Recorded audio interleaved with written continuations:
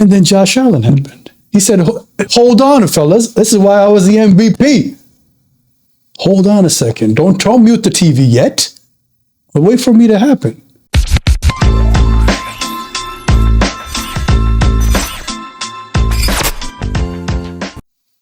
Right?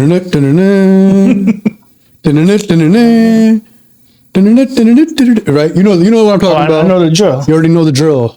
Bro, football. Ladies and gentlemen, boys and girls, football is officially back. Listen, bro. Bro. No. Hold on. I got to hear for the first time in like 9 months.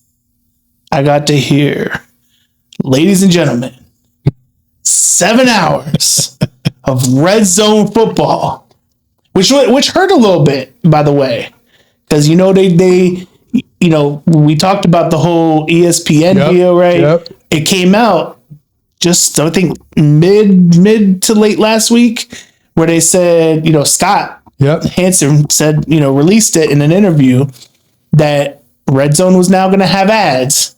And now it's not a lot of ads. Okay. I think over manageable. I think over 7 hours, it equated to like a minute and 15 seconds of ads. Okay.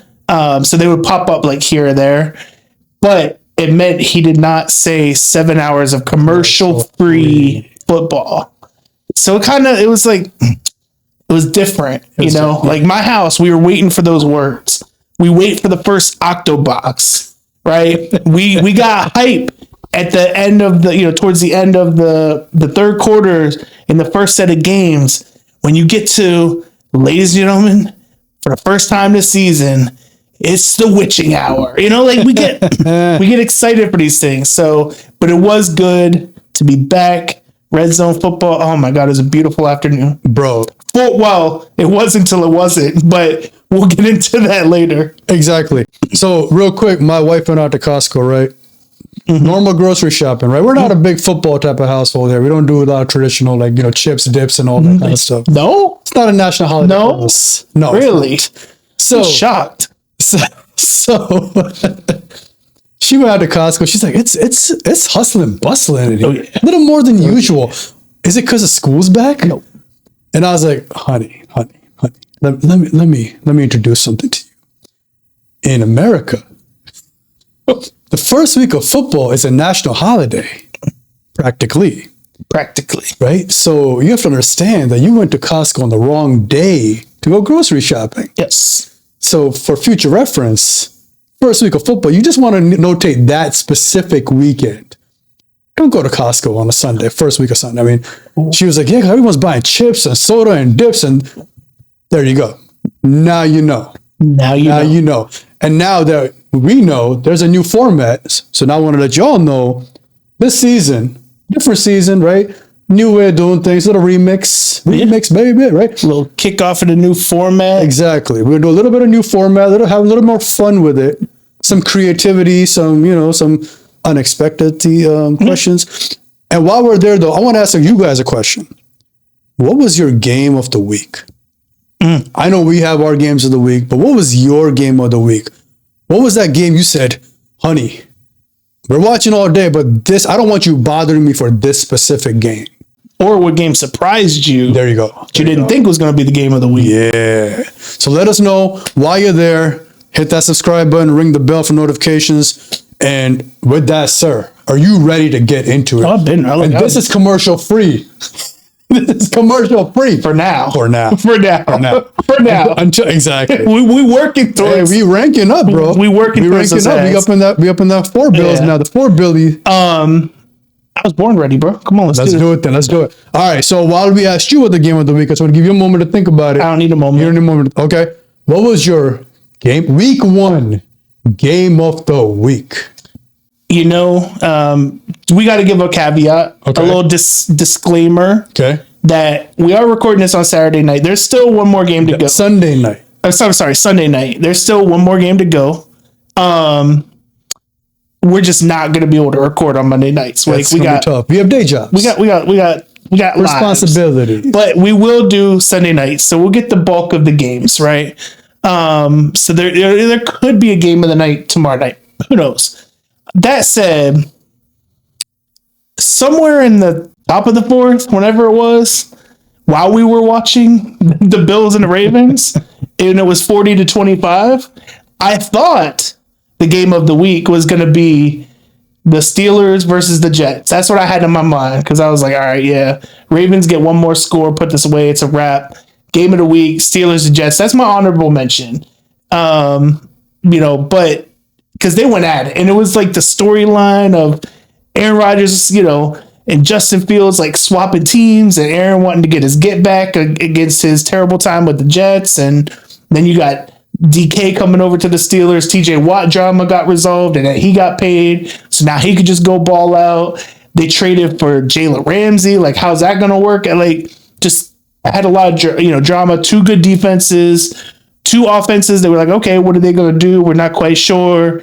And put on a down to the wire classic that had an interesting ending. I'm not going to say right now because we're going to talk about it. I'm sure y'all probably saw it, but it might come up later.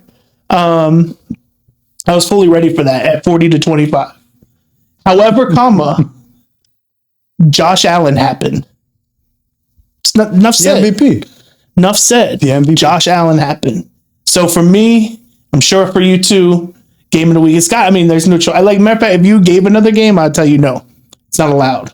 The game of the week was most definitely, hands down, Baltimore versus Buffalo.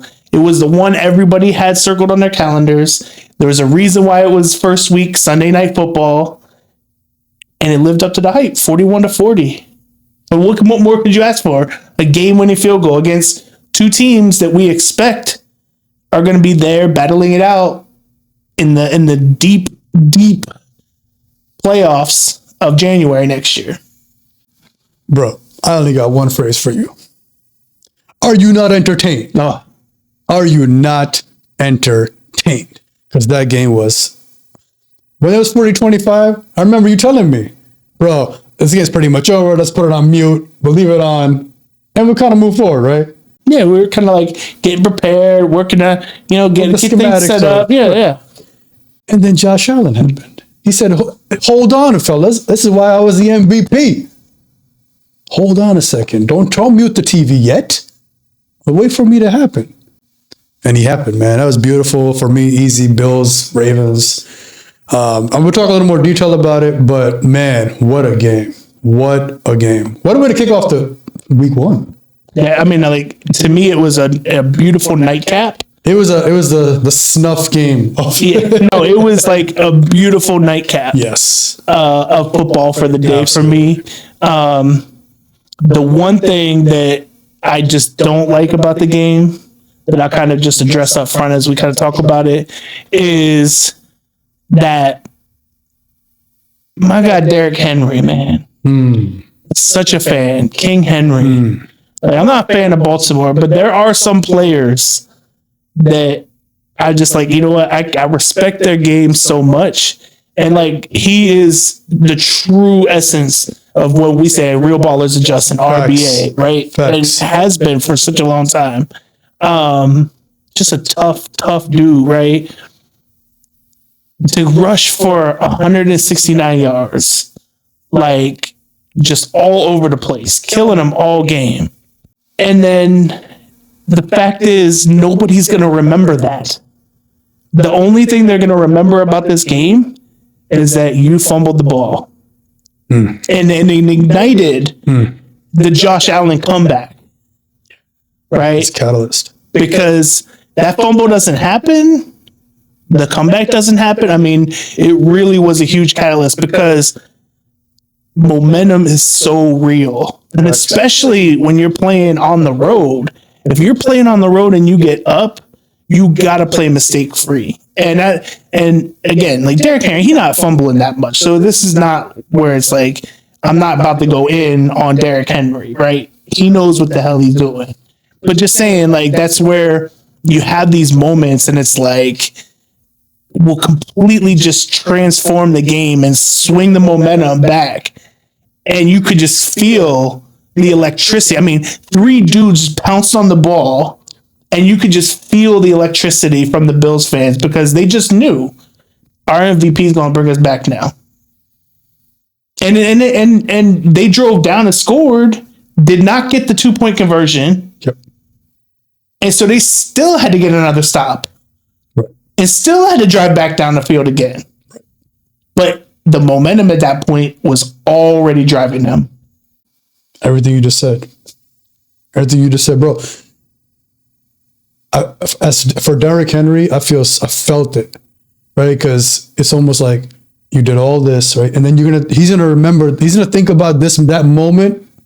He's probably not gonna sleep tonight, right? He's probably gonna think about like that specific moment, and that's gonna bother him, and that may turn him into a beast for the rest of the teams he plays against, right? But that moment, man, it was heartbreaking, right? But my question for you is this: heartbreaking only if you're a Ravens fan. Well, also if you're a Bills fan, you're not heartbroken at all. If I'm a Derrick Henry fan, not a fan for a team, but just a fan for the sport, right? You have such a phenomenal. It's like scoring 80 points and losing in a basketball game, right? Ask Devin Booker, right, against the Celtics. He scored 70, they still lost the game. It's those moments, right? We wanted to come with the victory, right? This is why you play the game. My question to you is this. He's had 169 yards today. Does he hit that 2K mark this season? I mean, it's a very early prediction. Going to that Ken crystal ball. I'm going to say no. Okay. No. Just shy or like big time? I don't want to say just shy. He's going to be up there. Okay. He's going to be up there, but I don't think he's going to have. Lamar takes too many carries away because Lamar also had 70 yards rushing. He did. And so he's not going to put up, 169, 170, 180, 200, so no, I don't think he gets there, but he's going to look. He's going to get his. He's King Henry. He's going to get his. Got it. Right? It's just I don't think he's going to be up there in the 2000. Got it. Okay. Well, we wrapped up the game of the week. That was our game of the week. I'm looking forward to reading what your game of the week is. But, sir, let's go into the 2-minute drill. 2-minute drill. The RBA 2-minute drill. Not just any 2-minute drill, all right? RBA's 2-minute drill. This is a weekend review. And I want to ask you a bunch of questions. Okay. I want to get your thoughts on these. Okay, let's do it. And even as I get my boys' thoughts on it, my brother's thoughts on it, why don't you give us your thoughts on it too? What was that most rewind that play moment? There are a bunch of them. I think I know what you're going to go with just based off of what we saw tonight, but I've got one that, matter of fact, you know what? No, you go first. You want me to go first? I want you to go first. So for me, and I know you think you know what I'm going to say, but I'm not really going to say that. Okay. For me, one of the most impressive moments for tonight, there were two moments for me, two moments. One, I think it was obvious, the D-Hop catch. That one-handed. While getting fouled, pass interference, all happening, double team coming, dude, one hand snatched it. He said, give me that. Right? It was a give me that. That was prime D-Hop moment. So good to see that, right? But he still got it. So, but that was my 1B moment. Okay. My 1A moment was when Lamar Jackson gets pushed back 20 yards, almost gets sacked, comes out and has a 35-yard run. It was nasty. Past the scrimmage. Got a first down. Like, you get pushed back 20 yards to come back and have a 10-plus gain or 20 or 15-plus gain to that. Or something around those numbers. Don't quote me exactly, but that was an insane run. I'm sorry. What quarterback is doing that? I'm sorry. I just don't see that happening from a regular quarterback. So for me, that was a really beautiful rewind that play moment because what just happened? It was so impressive the way he did that. Like, that was just incredible to me. I just don't see that as a regular type of play. And I think it was almost like no one's going to remember that moment because of what happened. Yeah, it's kind of like the Derrick Henry, right? Yeah. Like nobody's going to remember that because of the outcome of the fumble. Right. Nobody's going to remember your great performance because of the fumble and the outcome. Right. Yeah. So I'm going to go a different route, but I'm still going to stay in that path of the games of the week, right? Because we see a lot of times that games end on, great offensive plays, right? Last second touchdowns. We see last second field goals. We even see last second defensive stands. We see, last second interception to close out the game, or a fumble, a sack, strip fumble. We see those fairly regularly. But we don't often see a just beautiful shoulder into the chest hit stick to close out a game. That's beautiful. And to be coming from a player in Jalen Ramsey who got traded to Pittsburgh, right? Like, how beautiful a way to endorse yourself to your teammates. Then when game on the line with a wide open throw, because that was a wide open throw, right? Yes. If he misses that tackle for whatever reason, and the Jets they would have kept driving, and he just came up and said, "Boomstick." Poor Garrett Wilson. He timed that. He was beautiful. It was that's why it's my, I want to rewind that, because that to me is teaching tape. Every youth football coach should be giving that tape to any defensive player, any defensive back, linebacker. Like, that is teaching tape. That's film study. It was the cleanest of all clean hits, right? He wasn't scared. He squared up. He laid his shoulder into him. Boom. End the game, period. Like, you don't see that very often as a game, to clinch the game, to close it. And I just thought it was so beautiful. Just gritty, nasty, disgusting, filthy stuff, Jalen Ramsey. And I love it. I want to see more. Does the NFL do like how the NBA, they do the nicknames on the back of the jerseys? No. Well, they should. They should, because we could come up with a lot for that one. For him, he should just write "I is him." Man. So wow, bro, facts. So, next question. Yes, sir. What player looked like they were playing Madden on rookie level? Ooh, it was just too easy. What slight work, as the kids would say. Man. See, that's a tough one. I have one. All right, why don't you? Because I don't want to say Josh Allen, because it's just. I'm not gonna. There we go. Okay, so I have one. I have one for you. Josh Allen was the easy one, right? Okay. I'm gonna go with a guy who, again, he's known for his dominance. Okay. Quarterbacks, they see him and you see fear in their eyes. It's sort of like how Aaron Donald was at the line, and you see, or Ray Lewis in front of you, and you scared. You scared. This is how people see him too. Myles Garrett. Oh my God! Yes, I forgot about. Burrow was running for his life. Bro. Myles Garrett said, "Oh, I got you. I'm gonna get you, little boy, you little man. I'm here."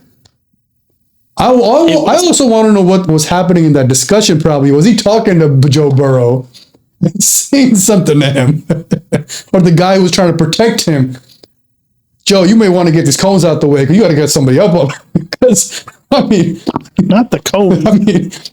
What are those hitting pads? Those practice hitting pads? Oh yeah, that's what this is right now. It's practice. You want to get this practice out the way. We get a real guy up here, because you want to get 3 people up here to stop me, because this is not working, bro. It's not working. So that's who, for me, he was playing on rookie mode. See, I have a different question. My question is, if you're Joe Burrow, what do you say to your offensive line after? First of all, they were terrible all game. You win the game, right? So you still won the game. So you got to take, okay, we won the game. Okay.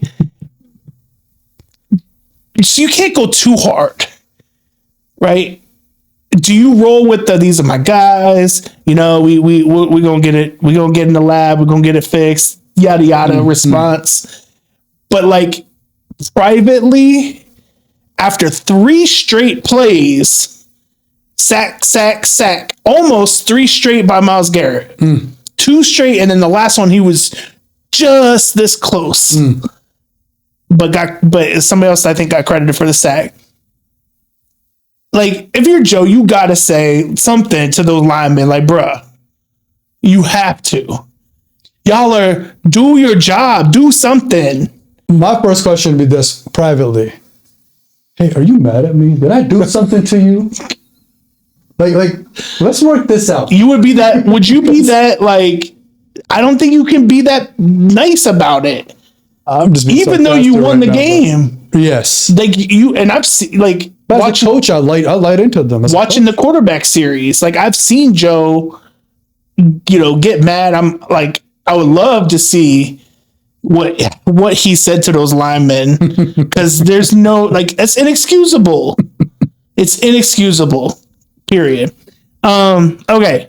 So my guy, and I'm gonna go with the guy who always looks like he's playing Madden on rookie mode, which is crazy because with his stature, he doesn't look like a guy that you'd be like, oh yeah, he's just like this dominating player. But somehow, some way, he magically always dominates every time he's on the field, right?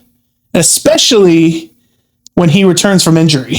Oh. And that is Christian McCaffrey, C-Mac, right? Yes. A lot of, he's coming off of the injury, and we don't know, running backs thrive in Kyle Shanahan's system. They just traded for Brian Robinson Jr. from the Commanders, and, all this talk about he was questionable coming in and whether he was going to even play or not. My man, 69 rushing yards. He had 6 first downs. He had 9 catches for 73 yards. And like he always does this. The status quo though. And he doesn't look physically imposing or dominating.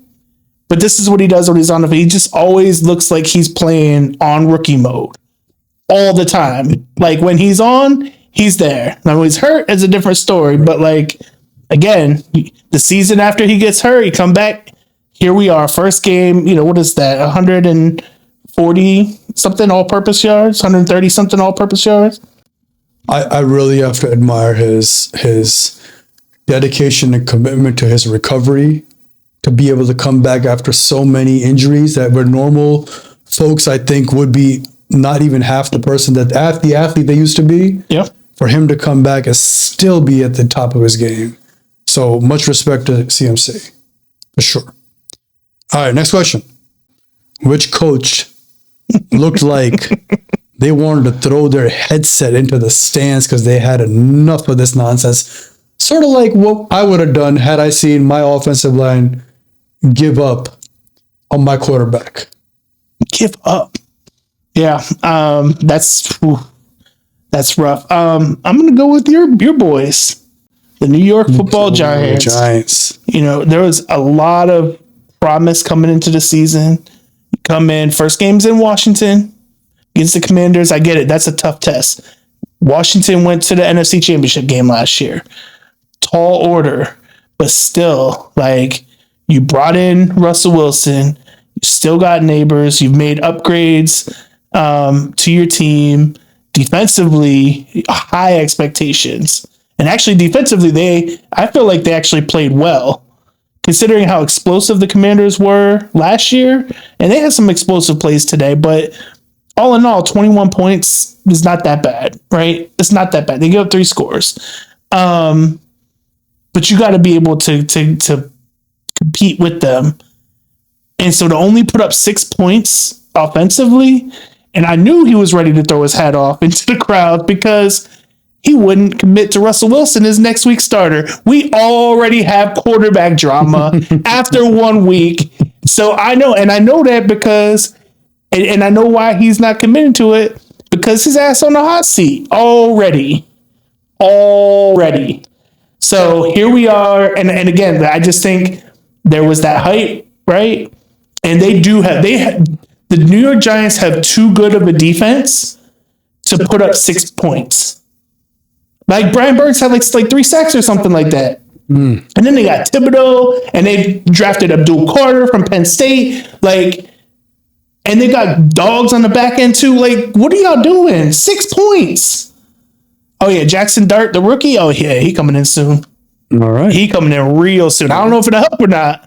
Even Neighbors was upset, and I think he had like 7 catches for 71 yards, something like that. 77 for 70 something. But even he was still upset on the sideline. There's memes of him out on X because it's like 6 points. Inexcusable. That's my pick. All right, so pretty standard. Brian Daboll. Pretty standard season after season. Nothing changing there. Yeah. So, next question. Okay. Which fan base, this is going to be a fair one. Which fan base deserves a free therapy session after this week's games? Mine. Oh my God. Bro, listen. Oh, y'all, let me tell you what's happening in my house. The last few minutes of the fourth quarter, it was like, what is that? Oh my God, the word just flew out of my brain. You know, it's like when you have like flashbacks to past traumas. There's a word for it that I can't, it's just escaping me. But I had flashbacks to past traumas because, as you know, and from being friends with me for so long, and talking to me on Sundays when the Falcons play, it's just it just feels like every week is groundhogs. No, it's like every week is give Ken a heart attack week. And they all come down to the wire. So then, you know, the Bucks, we're up, then the Bucks go down and score. Okay. Then we go down and we had a couple of plays. There was but primarily it was the Penix run. He ran and dove. They called it a fumble on the field. And I'm like, bro, if the refs screw us out of this game. So I'm like heart racing.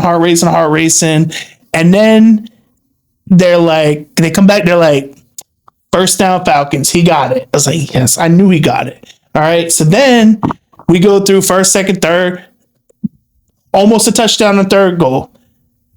Drake London drops it. There's 1 million cameras. No, stop laughing. There's 1 million cameras all over the NFL stadium, but there's not a camera in the back corner of the end zone where he supposedly the ball hit the ground. So the other 3-4 camera angles, like look, think Drake is here. There's cameras here, but nothing back there. And so they called it an incomplete on the field. And then there was no camera view to show that he caught it. You couldn't see it. So the only person that we have to believe is that one ref who was back there. No, by the way, 2 of them said touchdown and he came in and said incomplete. Now we go 4th and goal. And this man Penix runs and he dives and he gets the ball on, but did his knee hit? We don't know. Oh, my heart's like pumping out of my chest. They show the slow-mo replay. My man levitated and he put one hand on the turf, which kind of pushed his knee up just enough that as soon as he hit the ball on the goal line, his knee touched down. He pushed, that hand push gave him enough, like just a little boost to levitate. Touchdown. So I'm like, all right, bet. We're definitely winning now. Then the Bucks come down and score. Because of course, why not? But there's still enough time. And what do? Long field. Penix, who by the way, Penix had a great day. He had almost 300 yards. He had really, really great day. Like, he really is the real deal. We drive down the field. We get into field goal range. Easy field goal range. He's making play after play. 41, 44 yards, something like that. We got our guy, Younghoe Koo, who's been reliable for so many years. Shaky last year. They didn't really bring in much competition for him this year, but still brought him back out. Which, oh, by the way, he doinked one in earlier in the game. Almost missed it. And what does he do? He fucking misses it. So all that drama just for us to lose. And it's this same story all the time. All the time. So if you talk about needing therapy, sign me up. Bro, D was so mad. Right? My son, he was so mad that as soon as he missed that, closes his computer because he was doing something on the computer while watching the game. Closes the computer, walks around the couch, puts on his shoes. I'm like, bro, where are you going? He's like, I'm going to my friend's house. And just left. He was so. And then his friend was on the home. So he came back and he's just stomping around. He's almost worse than me. So I think we might need a family therapy session when this is on.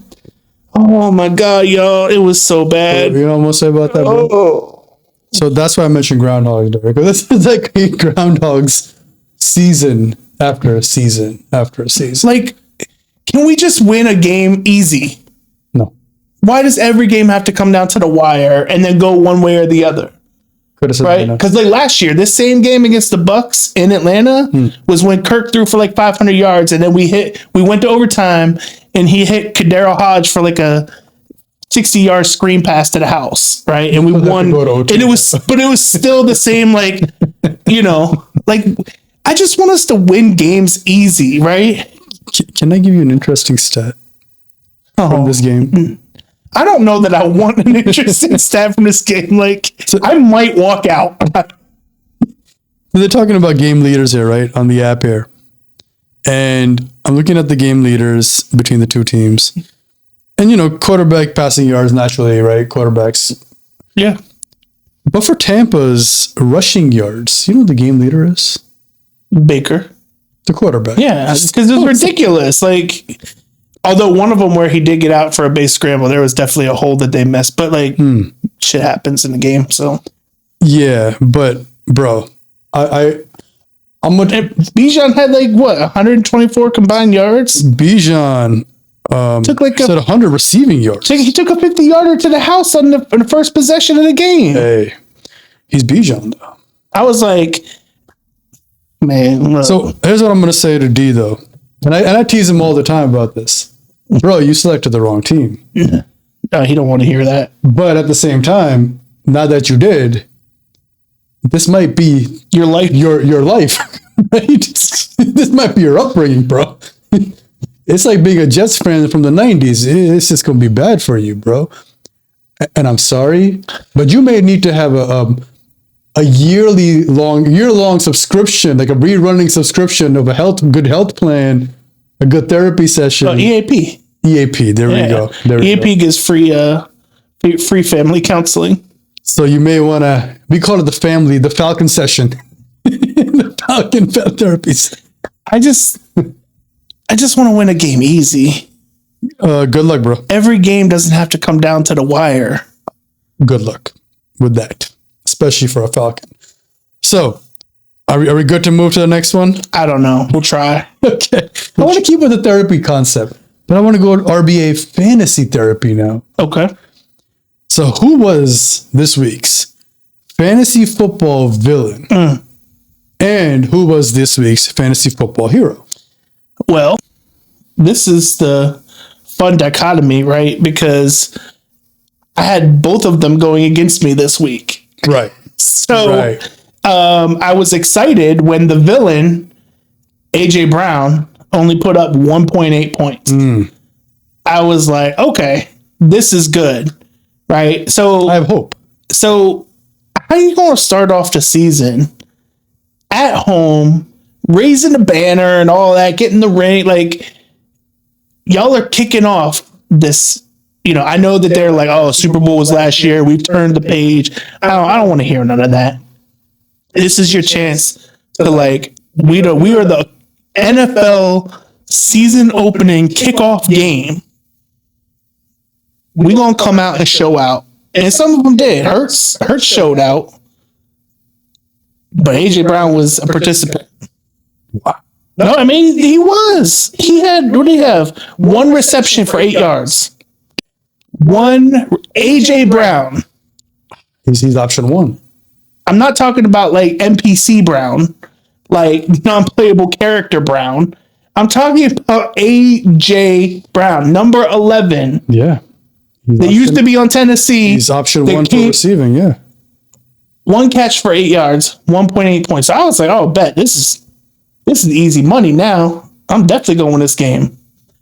Until the hero decided to take over. And oh, by the way, at one point the hero only had like 8 points. I think at the beginning of the third.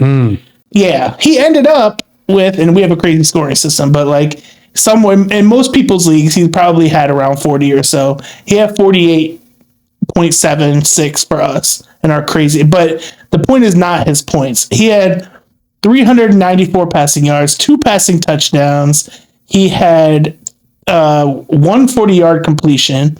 He had 30 rushing yards, 2 rushing touchdowns, and 4 rushing first downs. So you're talking about 4 total touchdowns and over 400 yards of offense generated by Josh Allen.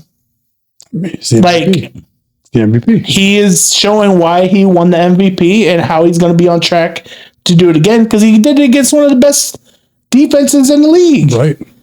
What's going to happen when he goes against like the Patriots or the Dolphins? The Dolphins, man, we're going to get to them later too, who got carved up.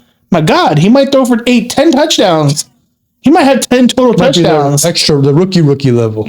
But so I mean, so and now I'm definitely gonna lose. So there's no doubt. So yeah, I had both of them going against me this week. Funny enough. So more therapy. No, I mean, well, it's just this is the fantasy list for that belt that I've won 2 years in a row. That's right. And it's only week 1. I got you good. Yeah. I don't stress over that. I'm not Brian Daboll. I don't need to throw my hat in the ring. I'm not on the hot seat. Yeah. I'm good. Okay. Well, for me, bro, real quick, I'm gonna say my villain and hero was the same guy. Same guy. He started off as a hero, turned into a villain, and all it took was 1 play at the end of the game with a fumble. He was a hero. He was killing it. 40 plus points, right? From that sense, from fantasy sense, hero. From reality sense, real life, he became a villain, right? And one incident, caused it, and that was King Henry. Had he not done that, he was a clear-cut hero, without a shadow of a doubt. So that's what I got for me. Okay. And now I want us to move. So now the therapy's over, the therapy session's over. Let's move forward. Okay. With a new chapter, meaning a new week, an upcoming week. So we're going to call this RBA next up, right? Like next man up, next week up. So question for you is, if you had to bet your house on one underdog next week, your house, who would you put your bet? Who would you put your bet on? My house. Who's it gonna be? Man, that one. I know you're a betting man. Probably not your house, but if you had to, hypothetically speaking, it's tough because some of the underdogs are like underdogs next week. Some of these matchups are pretty lopsided, like blunder dogs.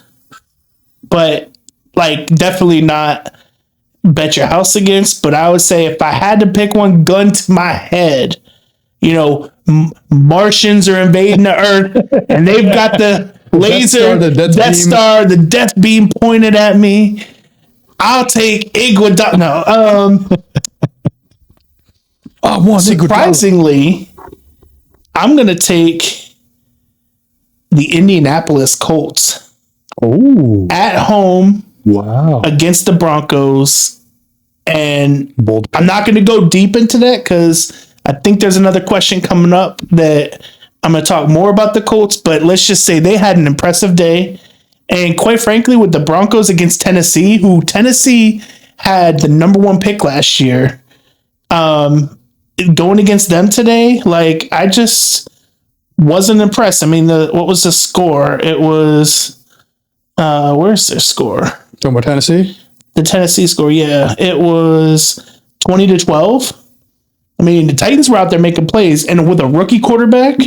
And a team that you're not expecting to do well. They had the number 1 pick last year. They're truly in a rebuild phase. For the Broncos to only win by a touchdown and 2-point conversion, for all the hype that the Broncos are getting about their tough defense and Sean Payton and Bo Nix and him running the system, like not impressed. So, like I said, if I had to pick one, I'm picking the Colts, who looked a lot more impressive. And right now, I'm looking at my Pick'em League, the Broncos are favored 84% to the Colts 15%. It's pretty damn big underdog to me. Okay. And the Colts are at home, which, again, they played so well today. I could see an upset happening there. Okay. I'm going to go with, I guess, the obvious one. Were there any? There was no obvious one. Obvious ones for next week. I'm going to go with a semi-obvious one. I think it's a pretty obvious. Any guesses? The Giants over the Cowboys? Yeah. What? Yeah. I'm going to go with an obvious one. Wow. So, wow. That's what I went with. Wow. The Giants. Okay. I'm going to be like, that's going to be a fun one to revisit next week. Well, I might have to go to therapy session. So, real quick, hot seat watch. Which coach or quarterback is one bad week away from just chaos, from everything falling apart, from that death beam, from the top coming at them? Who do you think that's, coach or quarterback? Oh no, it's coach. It's a coach. Oh yeah. Okay. And it's not. They're not 1 week away. It's here. It's already here. It's already here. Wow. So before you say who, from a temperature standpoint, where would you put it? Would you put it like the one hot chip challenge hot? Do you call? I'm not going to answer it that way. I got you. Okay. I know what you want. I'm going to deliver. Okay, let's do it. This coach is hot. This coach's seat is so hot. It's as hot as the temperatures and the humidity of the city they play in. Oh. And that is Mike McDaniel for the Miami Dolphins. Oh. For them to come out with, Tua, Tyreek, Jalen Waddle, right? Again, Dolphins should be good again, right? All we need is for Tua to stay healthy. And 33-8. Yeah. And they didn't stop nothing today. Were the cones? Bro. I'm trying not to let it bleed into other picks for other portions of this, but they got destroyed. They got ran up and down the field all day long. And I don't mean ran as in run the football. I mean just run past, they just got mollywopped. Mollywopped. They got washed up and down, back and forth. It didn't matter. 33-8. And so, the temperature is hot. I mean, I wouldn't be surprised if Tyreek Hill requests a trade tomorrow. He was clearly upset during the game. It's just bad. It's bad. They looked bad. Damn. They look bad. I mean, anytime my guy here uses a 3 to 4 syllable word, it's bad. It's inconceivable how bad they are or looked. I like the mollywopped. I like mollywopped too. That's a fun one. It is a fun one. All right, so the Dolphins. Pretty much Mike Daniels is about the hottest of anybody in the league right now. 1,000%. Match the city. So, all right, we'll see what happens there then. Right? Short leash. Might be looking for updating his resume. Look, it could be as soon as next week. I would not be surprised. I wouldn't even be shocked. In fact, I'd probably do it if I were the owner. If they get mollywopped again next week. All right, we'll see. Oh, by the way, who are they playing? They're playing who they got next week. See, next week they're home against the Patriots, bro. If they lose at home against the Patriots next week, it's a wrap. It's a wrap. Yeah. Mikey can find himself a new position. All right. Sorry, and I like him. No, I like him him on the Falcons staff too, but. Well, it's not. I don't think it's all entirely his fault, but he is the head coach. So you gotta go down with the ship. But they look bad. Well, we'll see. We'll see if they can bounce back, or he may need to update his resume soon. Sir, I have a very, very personal, deep question to ask you, and a lot of you guys actually. You're true football enthusiasts. Okay. This one's gonna be like cut you deep type deal. Okay. Now listen to the full sentence before reacting. If red zone went down, red zone said it's over, right? Your TV cuts out, whatever, cable cuts out. Red zone went down and you had only one channel left. What game are you sticking with, sir? Now let's just say that your local channel, like you have the option to pick one channel. So this is for next week. It's for every right. Correct. Okay. So obviously we got a caveat because I can say Atlanta every week because that is the one that I will no matter what. Like they're literally playing on Sunday night next week, and we record on Sunday night. And I literally, what did I say to you? I said, correct. What? You're cooked next week because we're gonna be staying up late because we're gonna watch the game and then we're gonna record. Thankfully, I'm not going to go to work the next day, so we're good. So. Okay. Taking the caveat of me not picking Atlanta every time because that would be boring. No, next week is hard because there's not a lot. Well, I see one game, but I do see one or game. 2 games. I see 2 games. No, I only see one game. Okay, one game and one game only. Okay, and we're gonna knock it out quick because it's happening next Thursday night. Commanders at Green Bay. It's the most even in terms of the odds right now. I'm excited to see it. Green Bay look really good today. Commanders still look kind of a little rusty a little bit, but yeah, Green Bay looks sharp. But I'm excited to see the Green Bay versus Commanders. To me, that is the best matchup of the week. Interesting. Yeah.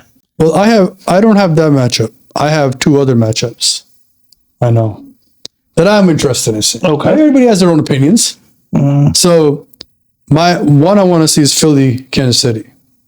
I want to see that matchup. I always enjoy the Pat Mahomes. Oh yeah, I missed that one. See, all right, buddy, calm down there.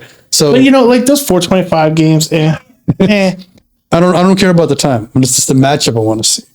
Right, Philly, Kansas City, Pat Mahomes, Saquon, Jalen Hurts, all that. And the other one I'm just interested in seeing just because of the history, and they're both New York teams. Buffalo and Jets. I want to see that game because I want to see Josh Allen go for 700 yards and play on extra rookie level. He might. So he might. It'd be a fun match. Yeah. Yep. All right. So, sir, I want to wrap it up with a moment near and dear to our hearts. Because we try to live by the RBA mentality, the RBA moment, RBA, everything it stands for, right? Real ballers adjust. So I want for you to share with us yours, and I'll share mine as well afterwards, your RBA signature moment of the week. Okay. So just to add a little bit to that, it's not necessarily a moment or performance and it doesn't have to be the person who put up the biggest stats, or it's a little bit deeper than that, right? And the one that I chose is deeper because of the story, right? And it's the one of overcoming the odds, okay? Danny Dimes, aka Daniel Jones, right? Former quarterback for the New York Giants. Had a tough go at it with the Giants, right? There was some good moments, a lot of bad, discarded by the Giants, right? Picked up by Indianapolis, right? Given a chance to compete in camp.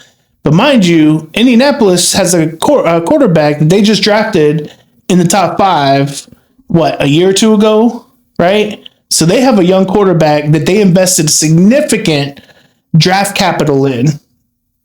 And generally, even though you're brought in to compete, you're going to go with that young guy, right? Give him a little bit of an opportunity. He was in and out. He got injured. He had some really, really good moments. He's had some he's kind of like a younger Danny Dimes, right? He's had some good moments, some bad, right? So when I heard that Daniel Jones won the job, and not only the job, but they were like, we anticipate Daniel Jones being our quarterback for the season. Like, just stamp solid commitment to Daniel Jones. I was like, Colts must be looking for, no, I mean, they're clearly not trying to compete, right? And I'm seriously, it must be a rebuild season, right? But clearly, we don't have access to all the inner workings that they have, because my guy came out, and again, we'll find out next week when they go against Denver whether this was a product of Daniel Jones overcoming, or the Miami Dolphins are just that bad. But my guy, Danny Dimes, was 22 of 29, 272 yards, 1 tutty. He only took 1 sack, which he got sacked a lot in New York, right? Plus he had 7 carries for 26 yards and 2 tutties. So he had over, just about 300 yards and 3 tutties all together. Played a beautiful game. And I don't just say that to say, oh yeah, he put up a lot of stats. The Indianapolis Colts, with Daniel Jones at quarterback, scored on every single possession they touched the ball. Wow. They never punted. They went field goal, touchdown, touchdown, field goal, touchdown, field goal. Damn. Every single time they touched the ball. The only other time that they've done that was back in the early 2000s with Peyton Manning. So Daniel Jones, good for him. Danny Dimes did something that hasn't been done since Peyton Manning. And that's why I say good for him. And that's why, while it's not the biggest, craziest performance of the week, it's the biggest RBA performance, because if he can sustain this, right, through the season, and also bring them to maybe a division winning team, right? They weren't a terrible, terrible team last year, considering they had injuries and everything else. If he can give them stability there and then continue to build off of this, if they beat the Broncos next week, and he has another great game like this, talk about a redemption story for him. And that's the essence of RBA. So for me, that was my RBA signature this week, was Danny Dimes. Good for him, man. Congrats. I hope you can sustain this type of performance. I'm going to step away from football. I know we talked a lot about football, but I'm going to step away from it.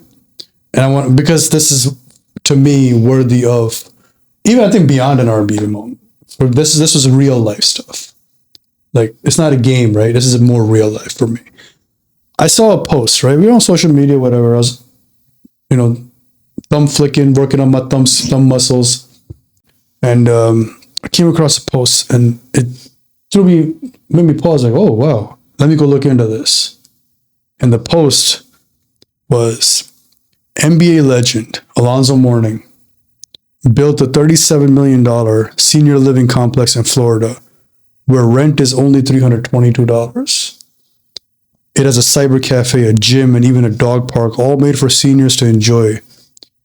He just showed all rich people what giving back really looks like. So I went and looked into this, right? Found it, and he partnered with another group. There's a lot of partners involved with this, but he kind of, I think, spearheaded the project. And so I'm going to kind of paraphrase here as I go through. And it talks about how they're accepting applications for income qualifying residents who earn at or below a certain percent, 22 to 30, 60% of the local annual median income or median income. And 1 or 2 bedrooms are renting between $322 to $1,300, which is below the average of $1,600 a month for seniors in that area. The part that was like, he spent all that, and it says here, resident programs, this includes, amongst the other things I talk about, cyber cafe and all that, resident programs include adult literacy training, assistance with daily activities like grocery shopping and laundry and housekeeping.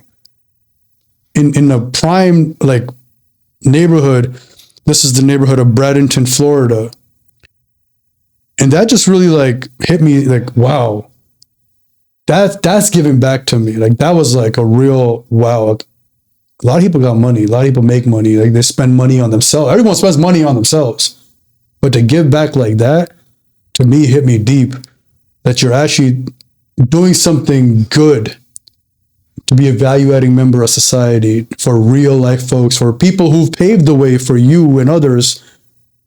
And now we throw the old people aside, right? A lot of like, oh, they're old, let's getting in the way. But he really went out of his way and took the time, and not only just with his words, with his actions, but with his pockets or whatever the nonprofit organization that he's headed with.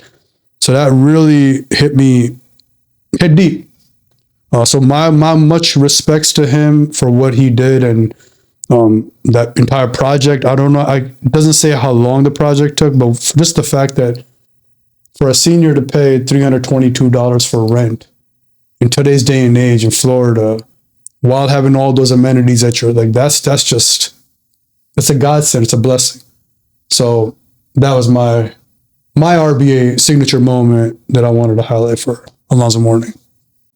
So, hit you in the feels. Yeah. Hit you in the feels. Yeah. So much respect to Alonzo. Yeah. Hall of Famer, right? On and off the court. He could have been doing anything. On and off the court. Facts. So, sir, that's the episode. We hope you guys enjoyed. Let us know. If you have an RBA moment, we love to hear about it. We love RBA moments, signature moment stories. We have a ton that we go through with a lot of the kids we coach. We're both coaches. So share your stories with us, right? Let's share this and build the RBA family. So with that, sir, I appreciate your wisdoms, your thoughts, some of the therapy sessions we had. We might be back at it next week. I'm sure we'll have a weekly session. Next time I'll bring my notepad. No, it's next week. We're going to be watching the Falcons Vikings right here. So I might need to get a long couch for you to lay down on and start taking notes. I don't know if I'll be in the right headspace to do an episode. But we'll see how it goes. We'll see how it goes. So it depends on Atlanta, please, for my guy, so he can save some money on his therapy sessions, on his insurance. We're gonna have Jay Jettis go off for 50 fantasy points. But that's the fake world stuff. I'm talking about the real world stuff. Like Atlanta finally winning without causing a minor heart attack. It's either gonna be that or it's gonna be like a big, like last year they mollywopped us. So my guy might be not in a good mood. But either way, we'll see what happens. Till then, remember to subscribe. Remember to leave your comments. RBA, Real Balls Adjust. Next time, peace. Peace.